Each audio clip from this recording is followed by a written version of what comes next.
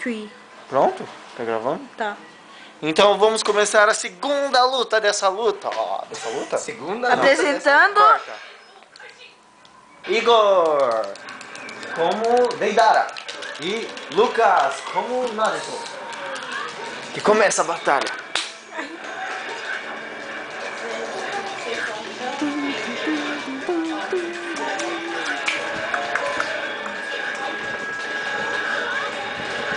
Ó, e a porrada sai do som, cara.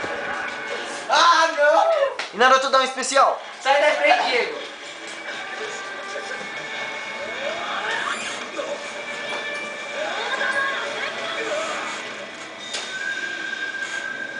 Kabum.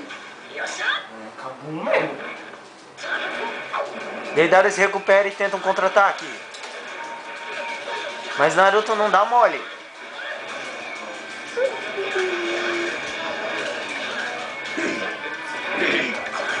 Naruto persiste. Parece que o segundo round vai ser do Lucas.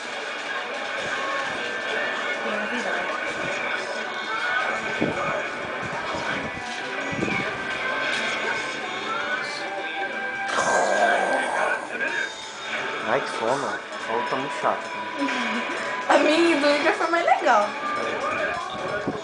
Vai, depois eu e o Takashi. É. Não, depois é o Lucas e o Takashi. Por quê? Cada vez, não. Tá. Depois eu e o Lucas. Ah, Viri! Depois eu e o Takashi.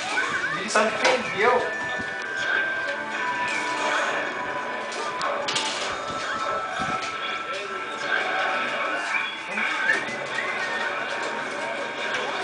Ai, que luta demorada. Vai, Lucas. Parece que a batalha está sendo controlada por Deidara. Nossa, não tava sendo Igor não deixa barato pro Lucas. Mas só que o Lucas ainda na liderança persiste contra a Deidara.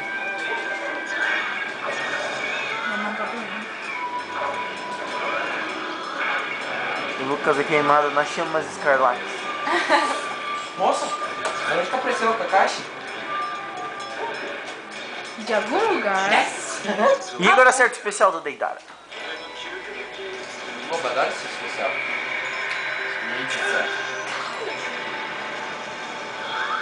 Kabum. Uhul!